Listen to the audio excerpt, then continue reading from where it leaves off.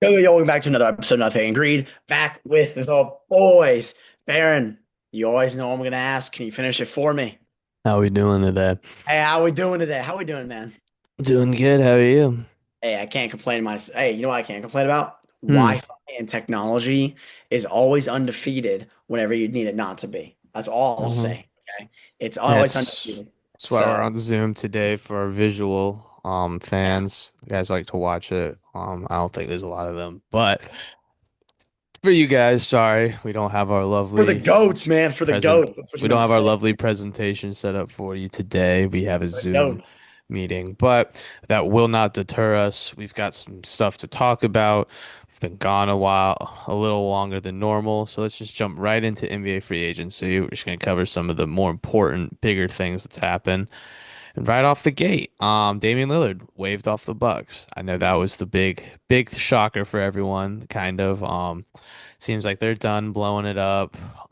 We don't know what they're doing with Giannis yet. There seemed to be some interest. Then there were the rumors of what it would actually take a team to get Giannis. And it doesn't sound like a lot of GMs are willing to give up their entire roster and future for one player. So we don't know where Giannis will be at this point. We'll just have to wait and see how the market narrows down. But for now, Damian Lillard is no longer a Buck. Puts him in a very interesting situation as well. He's going to be taking all next season to rehab that Achilles tear he had in the playoffs. So he doesn't need to sign to a team this season. He can kind of wait, let this season play out, let next offseason kind of play out, and then decide where he wants to go based on the NBA landscape then. Because you and I and people listening, fans of the NBA, know how much that changes year to year. The other very interesting part about it is he's kind of old, so he's not guaranteed or he's not warranting any sort of super max or max contract money, but he's a big name player who can still provide a lot of impact, should make a lot of money, right? Well, the Bucks are still giving him all that guaranteed money that they promised him in his Oh contract, yeah. so he doesn't need to go to a team for money. He can go wherever he wants that he thinks has the best chance to win. So he can go to it for a vet minimum. So we don't think we'll hear a lot of his name much the rest of this offseason. I think it'll pop up next offseason. We'll see. He could come back for next year's playoffs, so maybe he feels comfortable signing now, but we'll just wait and see. As for the Bucks, oh, sorry, I'll let you go in 1 second. As Oh, for the Bucks, let me just say this for Damian Lillard for a second. You're saying about the vet minimum. I don't know if a team wants to give him anything more than those vet minimums. To be honest, you're 36, I think, 37, going off an Achilles tear. I mean, I would be throwing caution, and I would not throw it out the window. I'd be throwing it right in my face because I'd be scared to sign someone that's 36, 37, even with his talent off an Achilles tear. So I don't think he even has to. You said he doesn't have to worry about the money. I don't even think the teams are going to worry about throwing him a lot of money unless there's a huge bidding war for someone like that. again, yeah, no, I don't think. I don't. Well, again, I think this is going to be kind of a spot where it's like, I want to play here, sign me. Don't no one else even try because I'm not signing that contract. So Yeah. again, I don't think the money's the problem. It's just going to be more the destination. No, for the Bucks, they decided after waiving Damian Lillard to turn around and sign Miles Turner from the Pacers, which is interesting because we figured the Pacers were who just came off a finals loss in Game 7, which they could have won, up for debate if their star player didn't tear their Achilles, but we'll never know. So, but I think everyone kind of thought they were going to try and keep this core together for another run, if not this year, but next year when Halliburton's fully healthy. But that does not seem to be the case. In fact, reports came out that they even lowballed Miles Turner, which seems a little disrespectful for someone that the broadcasters love to keep talking about, the longest tenured Pacer. The only guy I think that was drafted by the team too. So there just goes to show your loyalty in Indiana, I guess. But yeah, he was I know. disrespected by the offer. Hey, And when he he was chased that bag, he's going to Milwaukee. he he was in trade talks for 10 years, and then once he leaves, they get nothing for him. I found that to be hilarious too. It's like That is trade talks funny. for 10 years, and then one time he does leave, you get nothing, and he goes to your rival. Also, this like Miles Turner is getting paid that 100 million over 4 years, 25 million. Add now they have to pay the Damian Lillard exception to make Miles Turner happen. You're paying, in my opinion, that 45 to 50 million for a guy like Miles Turner. If this is your ploy to keep Giannis, I mean, this is a horrible ploy because that's not a that's is that a good signing? Yes. Is it a needle mover? No. The Bucks are, in my opinion, are still hovering around play-in territory.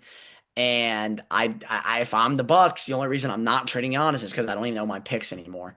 I think they're in the worst position, one of the worst positions in all of basketball right now. Yeah, they definitely are. I mean, I could simply see them not trading Giannis just to a lack of a trade market. I mean, like you said, I mean, we start to see it now with the second apron rule sort of taking effect. Thank you, Mhm. CJ McCollum, by the way. But teams are already starting to like try and get under that and manage their teams. Because that these new rules very much require you to be successful with who you draft to be good year to year because it's basically not allowing you to, if you have a player who's capable of being a great player, you can't have more than like two of those players on your team. So even if you draft like four of them, you got to get rid of two at some point. We'll see it with the Thunder in a few years when they have to pick between SGA, Jalen Williams, and Chet Holmgren. So you could And start. that's I think next year in my opinion because I think So I Shaq think out. I So yeah. So I think you could see teams that are now starting to hesitate. They don't want to give up their future seven first round picks for a player that sure, again, Giannis is old too, but you could probably get five, six more good years out of him. You're probably looking to offload him in two unless you want to get rid of your other like good players. So it's just the way the new rules work and players not looking and players' salaries not looking to decrease, at least star players not looking to decrease for the immediate future. It just doesn't seem like a player that's worth selling out your whole team for at the moment, unless you're a team like the Thunder who would be like, hey, we have this many draft picks in the next coming year. Do you want seven of them for Giannis? And we'll give you a role player. And then we'll take Giannis for 2 years, win two more championships, and then just let him walk. Because that's, in my opinion, the only team that could really afford to do that. So we'll wait and see what happens with Giannis. My prediction is he stays with the Bucks yeah, when opening day or opening tip off happens. He might get traded in season, we'll see. But let's move on. Another big trade or sort of move was the Nuggets and the Nets trading Cam Johnson to the Nuggets for Michael Porter Jr. and a first. Um, it's a good move for the Nuggets. Makes the project puts them back in title contention. We'll see how they look with Jamal Murray. I know they might be still looking to move him this offseason. We know they have Jokic, but yeah, the Nets. I mean, I think this is a good spot for Jamal or Michael Porter Jr., honestly. I mean, he doesn't have to pass. He doesn't like to do that anyway. He just chucks shots. So we'll see what happens with the Nets. Anything to say about that? I think this is a home run trade for the Nuggets. I think this is really a good move. First of all, like you said about we can talk about the Nets for half a second. The veteran leading these like five rookies you draft from the Nets is Michael Porter Jr.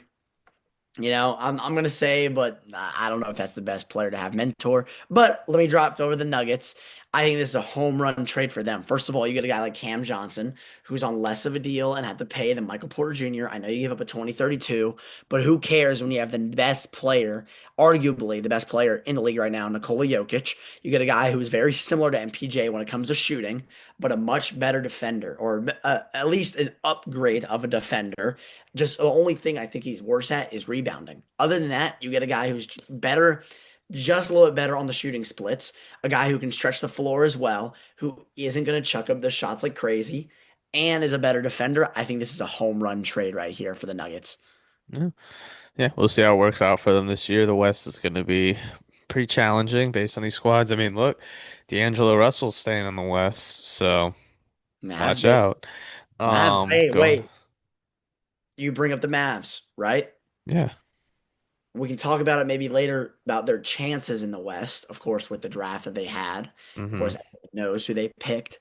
But I think actually, you know what? Let's just bring it now. Do you think the Mavs are a title contender this upcoming season?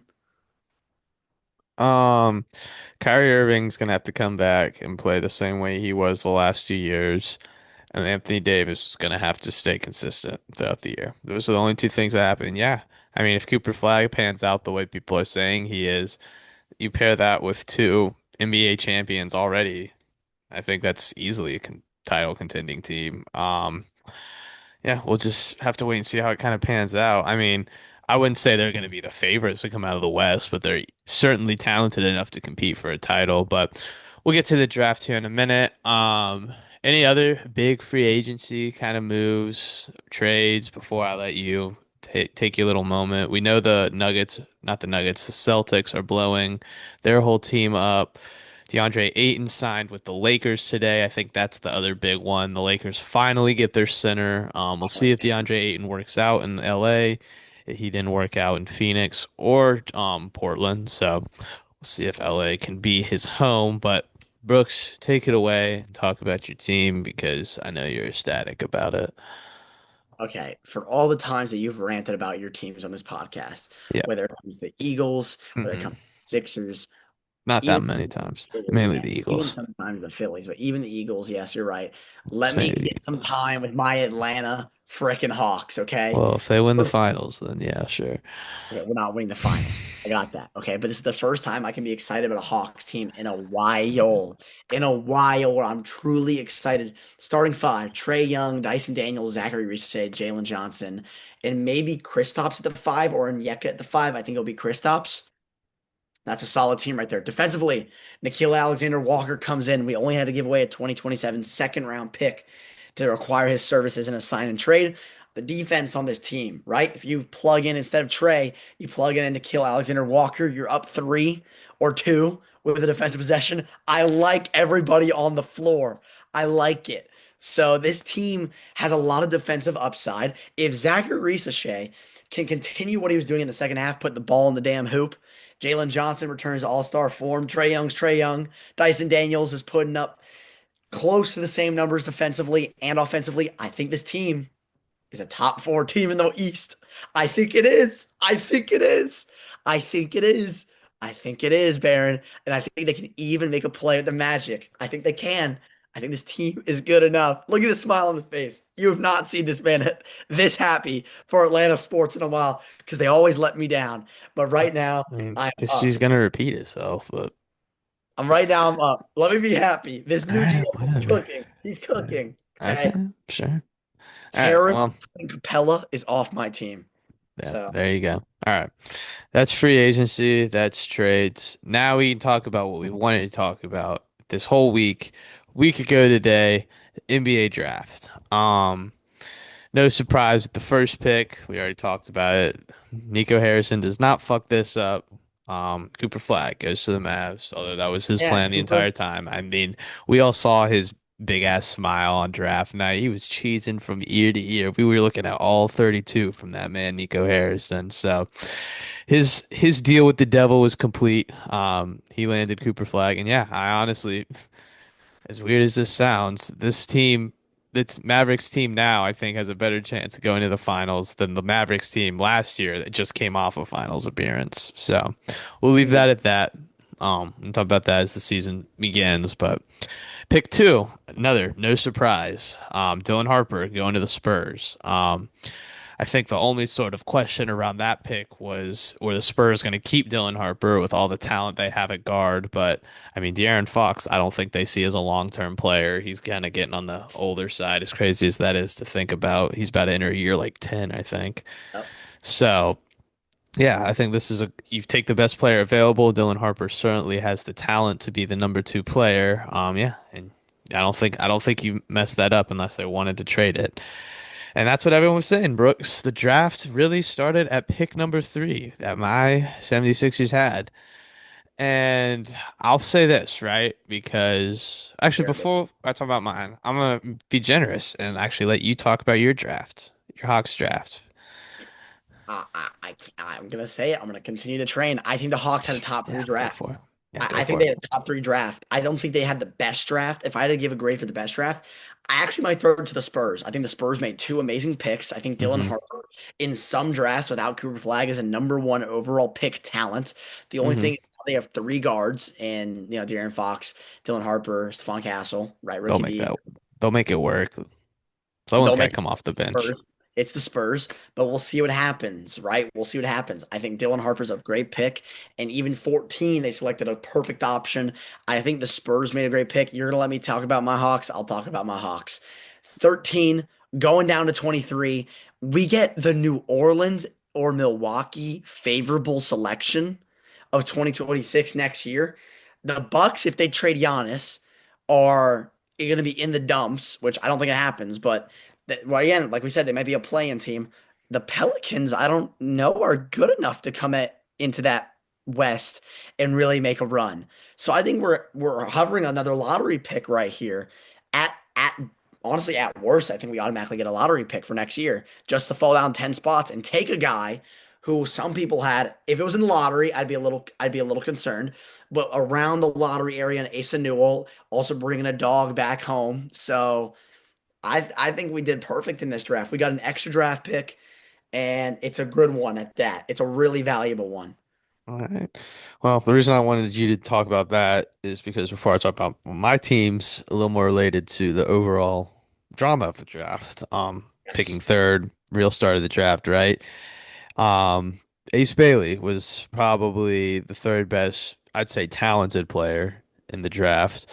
They did not decide to take him. We all know the pre-draft drama around him, thinking he was bigger than the program, thought he could sort of dictate his way to his team of choice. We'll get to that in a minute, but the Sixers did not take him, did not want to drink the Kool-Aid, and selected VJ Edgecombe. And I'll say this. I really like the player. I Uh, was not a big fan of the pick at the time. And I'll say this at the time. Now put a pen in that. Number four. I actually really like the number four pick. I would say that was one of my favorite picks of the night, Con Kneppel to the Hornets. I think that's actually one of the best fits, I think, for him. He's a guy, or for the Hornets, I mean. He's a guy that isn't going to warrant the ball in his hands. He's not an on-ball player, because you already have two on-ball players in LaMelo Ball and what's the other guy's name? Brandon Miller. and And and they get Colin Sexton too. oh yeah, I forgot about that. So yeah, a lot of It's ball handlers. So you didn't need to draft another one. This is a guy that's great at scoring off the ball. He's great at moving off the ball. Great wing defender. Great 3-point shooter. I think he was probably, at least in my opinion, the best 3-point shooter coming out of college. Yeah, I think I saw this was the best comparison. Granted, this was on TikTok, but you just know he's going to be an elite role player. And yeah, I think that's honestly exactly what the Hornets needed at and that point. role player has negative connotation because it means It's people not, think bench player. but it's But not. you can make the argument right here, and this was a huge debate. Klay Thompson, one of the best role players of all time, Oh, it right? easily is. Scottie Pippen, Um, best role players of all time. Like role player doesn't have to be a negative yeah, connotation no, thing. role player just means you come in, you fill the role that your team's void of, and if you do it at a high level, which I think Colin Kneppel will do, he's going to Mhm. make a lot of money and will be a very good player. And I think this is another good thing to point out is there was reports that top prospects were declining the Hornets' invitations to work out, not for the same reason Ace Bailey was, just because they were turned off at the fact of having to play with LaMelo Ball. So. I think Yeah. that also kind of limited their draft sort of scope. I think they were locked in on this guy from the start. I think most people would say that was kind of a reach. I'd say at the time of there were talks of trading back, but we'll get to that in a moment too, because number five, Danny Ainge does what he does best, and he shakes the league up. And He did he not he care at says, all. I don't give a flying fuck where Yeah. you want to go, Ace Bailey, because you're coming to Utah. And he drafted Ace Bailey. Interesting, in my opinion, right? So let's just go ahead and talk about the whole Ace Bailey thing, right? It's no secret he was trying to dictate himself to go to the Wizards. He wanted to go to a place where he could be the star, the guy, take all the shots in the world, and not have to pass. Sixers, he wouldn't get away with that. Hornets probably wouldn't get away with that. Jazz, we'll see. Um, they got Laurie Markin in there. I'm trying to think who else. They just traded Colin Sexton. Who else did they just trade? They traded someone else, did they not? I don't think anybody that would warrant something crazy. I mean, they got Walter Clayton Jr. out of the draft, which is a Yeah. bad option. They have Jaden Springer, of course. They just got Yeah. Yusuf Nurkic, That was which is it. Yusuf weird, a Nurkic. weird one to get.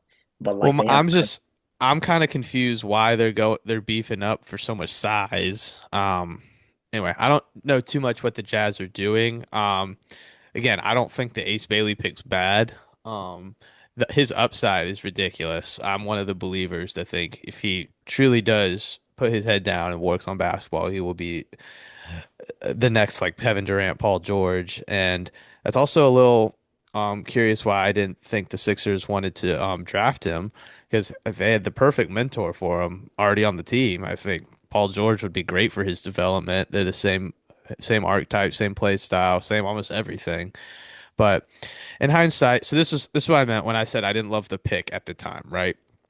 I thought Daryl Morey did not do the best he could coming up Mhm. for draft night. I thought he could have been a little more like, oh, I really want to take Ace Bailey at this number 3 spot. So if another team thinks that they want him, you need to come trade with me. Because that was my whole thing is if we stay at the number 3 pick, you take the number 3 talent that's available, and if teams want him, you trade him. If not, you Yeah. roll with it So because you want him to pluck some value at 3 and then get his guy at 4 or 5, because again, basically. I like VJ Edgecombe, but we already knew that the what's it called? That the Hornets were taking Con Kneppel.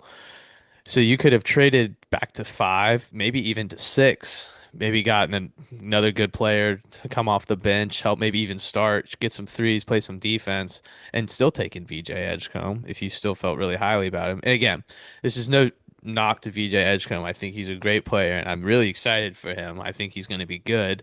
I am a little worried if we're going to re-sign Quentin Grimes now, but that's another issue with I have with Maury. But we'll see what happens on that front. But I am really excited for VJ Edgecombe to play. Like you said, I do wish Daryl Morey played a little more aggressively on draft night and was able to kind of swindle some more value out of the 3rd pick because that's not a pick we usually have. But I am really excited. I do think VJ Edgecombe will pan out, and hopefully I can eat all the words I'm saying. But I just wish that we were a little more aggressive on that. But I do like the pick. I like, hey, if there's one GM I'm not going to talk bad about, well, I guess now Sam Presti's on the list.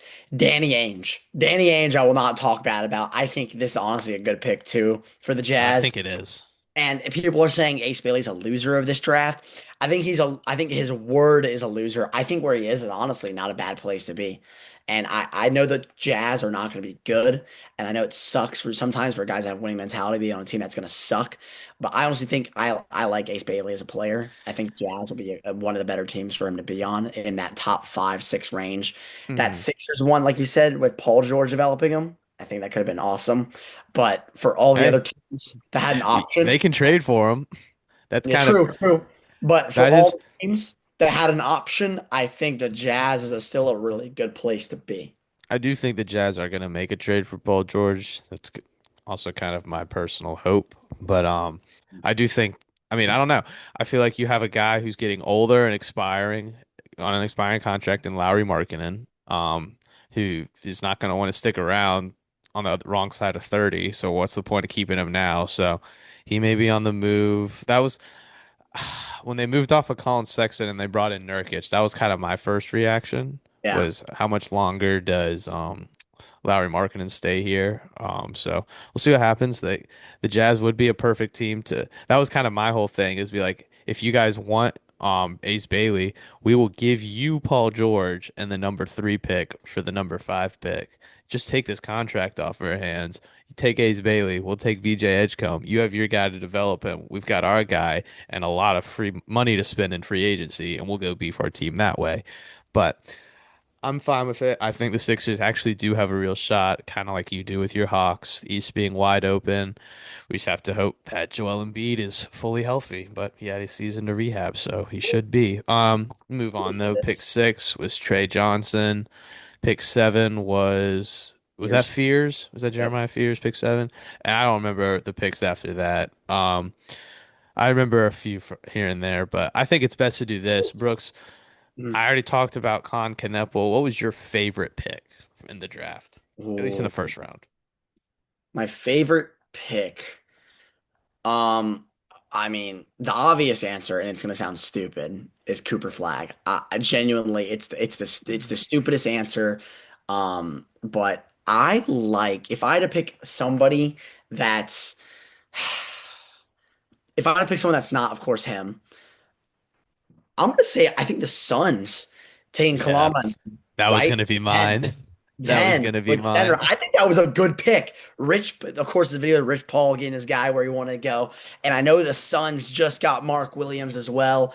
And their center ploy is weird, but I loved Maluk coming out from Duke as well. Of course, being an ACC watcher of basketball, I watched many times of Cooper Flag, but I love what the Suns got at 10.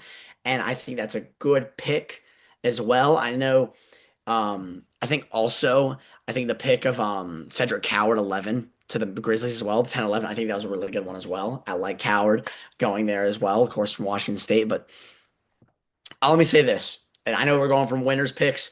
I want to talk about a loser, and everyone's been That was saying it. I'm, that I'm was my not. next one. I'm not gonna be spitting anything crazy when I say this.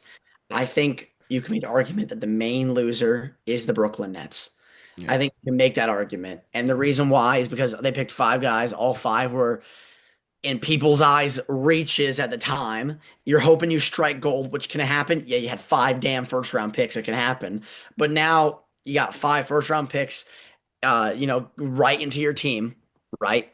You got five young guys right into your team, and you could have made a move with those picks somewhere higher. They didn't. They reached on almost all those picks. I think the Nets now are in the PG terms a crapshoot of a team, right?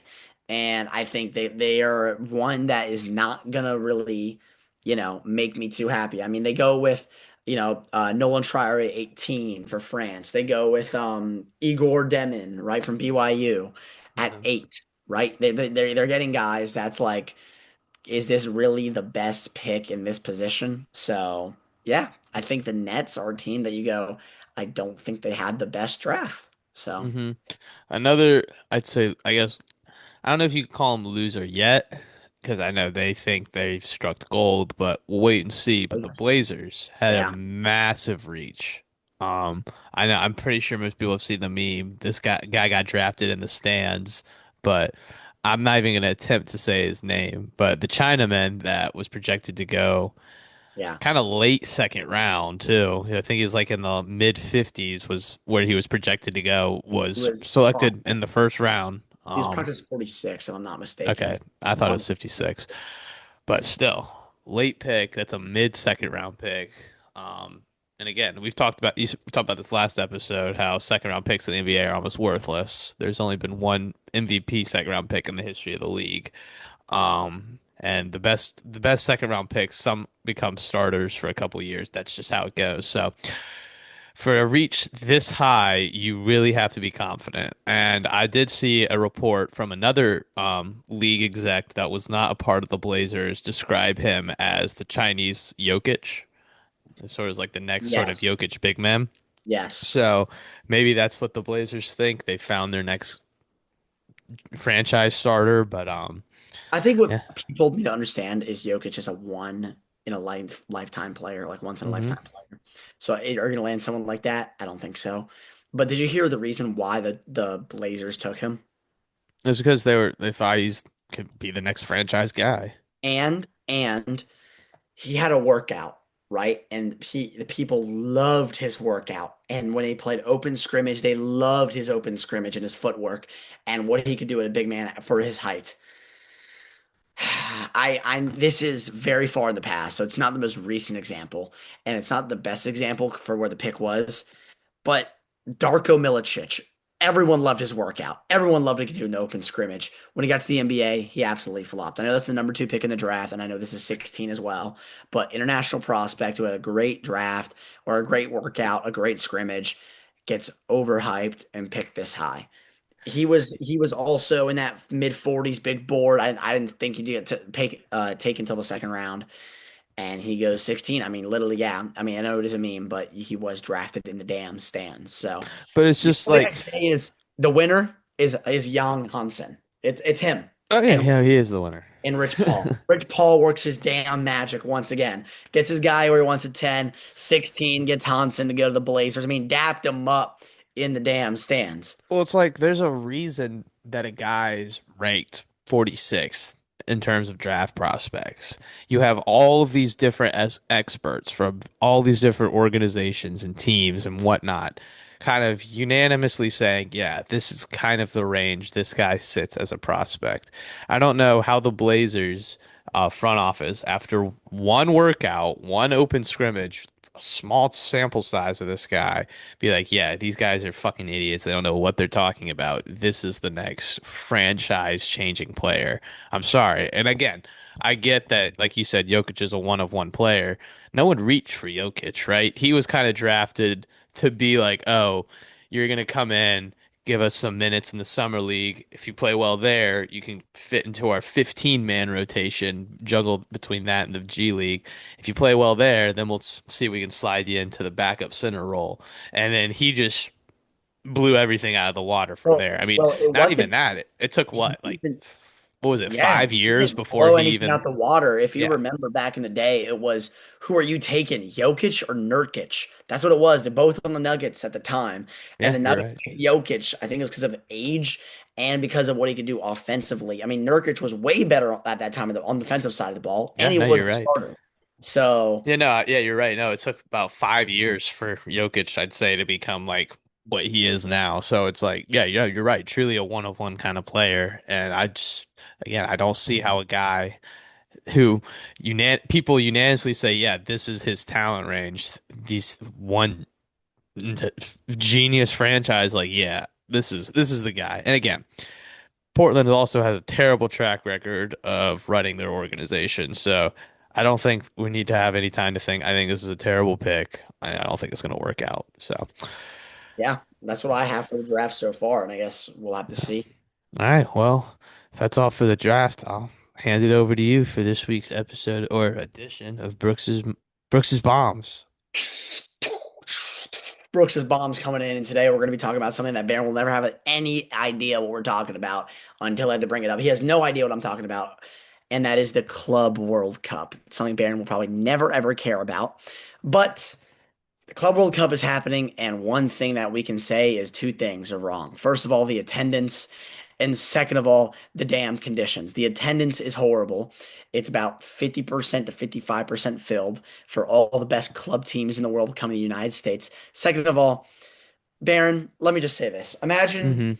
that you're watching your Eagles play, okay? Uh-huh. Sunday night football game, okay? Yep. Eagles are playing the Packers in Brazil, right? Exciting game that was. Remember that? Middle of the Hmm. second quarter, it thunders and it's 9:30 p.m. and the game doesn't start until the second quarter at 12:30 in the morning, meaning the game is gonna go until 3 a.m. or 2:30 in the morning. Would that make you a little mad? Well, probably. Yep. Now, imagine if I moved that by 2 hours and said, "Hey, Baron, in your time zone, this game's going to start at 10. We delay the game at 11:30, and you're not going to get started until 2 a.m. It's going to go till 4." Uh, It's going to piss everyone off. And that's been the issue because in these games, there's been thunder and they have to delay the game for 2 hours. And although the game may end at 7 p.m. in America, it ends at 12 p.m. in England, ends at 1 p.m. all the way to like 6 a.m. in some Eastern European and Western Asian countries. So that's this well, World Cup that's coming up in the next year, it's happening in the United States, will be an issue if they don't get it fixed. well, sorry to kind of steal your moment, and you know how I feel about professional soccer, especially professional men's soccer. But this seems like kind of a stupid complaint. I mean, this is a worldwide sport. The whole world's not on the same time zone, so it's just like you made the bed, time to lay in it. Like, I mean, as football fans and that live in Europe, like NFL fans, the games for them come on in the middle of the night. So if they want to watch it, they'll wake up and watch it. If they don't, they'll catch the recap. So I'm sorry, and I'm not a big soccer fan, so I'm sorry if this is offensive to anyone, but to me, this seems like a this seems like a first world problem in my opinion. Hey, all I'm saying is if your Eagles were in the Super Bowl and the game was delayed by 3 hours, you would be a little pissed, wouldn't you? I would, but this is American-based league. No, this is the World Cup. This is the World Cup. Oh, This okay. is this is the Club World Cup. And so it's like, if like and if NFL teams that were really good were playing in this, right? And then next year is the World Cup, and you know what the World Cup is. That's the biggest competition of all time. And this Club World Cup was supposed to be a test for the next year's World Cup, and it's going horribly. It's going Okay. horribly. So Well, again, I it's think a I red still stand flag. by my opinion. It's a worldwide sport that is a league. It's a league that's shared by people in 6 continents in every time zone in the world. So yeah, no, I'm sorry. I guess me personally, I would be upset if my American-based Philadelphia Eagles were playing in the middle of the night, but that's because I follow a team. I follow a team in a league from my country, not a league that's worldwide. So again, I'm sorry. That's the bed you made. You're gonna have to lay in it. If you want to watch That's that game in the middle of the it's not night, about, and wake this is up. not about me. It's not about me following a team. I know it's not about you. I'm saying this to the general people. This is the bed that you made. Time to lay in it. If you really want to watch this game, but it comes on in the middle of the night for you, I'm sorry. It's a worldwide sport. Wake up and watch it. The Olympics doesn't sleep for people, Brooks. Correct. But what I'm saying is the games are not starting like they're that late. They are delayed and go on that Mm, late, which well, is an issue. that's part of nature. Sorry. What can you do about Unfortunately, it? cannot be part of the sport. But there's Brooks's bombs, ladies and There gentlemen. you I'm go. happy that you were even in this edition. So There we boom, let's go. go. There we We're go. improving. Anything Yeah. else you can add except for that the Eagles are not going to win the Super Bowl next year? Well, all right, hold on. So we're gonna have to add another 30 minutes on why they will. And we'll start with the quarterback, Jalen Hurts, right? So, I mean, he's just a winner, straight up a winner. Let me pull up the stats. And Hold on, wait, give me a wait, he's the second. second best quarterback in the league, right? Yeah, yeah. In my humble opinion. Now, let's set the record straight. Outrage big guys. I understand why people say Lamar and Josh Allen are, and I can see that side of the argument. And I have no problem with people saying that. Me personally, I'm gonna put Jalen above them. I will die on the hill. He's the best quarterback out of his draft class. Joe Burrow's done nothing but throw for a bunch of yards and make a Super Bowl. Newsflash, he lost the Super Bowl. Guess who didn't lose this? He did lose the Super Bowl. But guess who won a Super Bowl?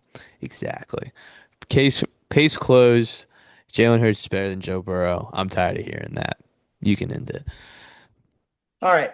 That'll be another episode of Nothing Agreed. How are y'all thinking about the draft? Who's your winners and losers? And NBA free agency is still spoiling over. What is your team doing? Do you agree or disagree? Thank you all so much for listening, and peace.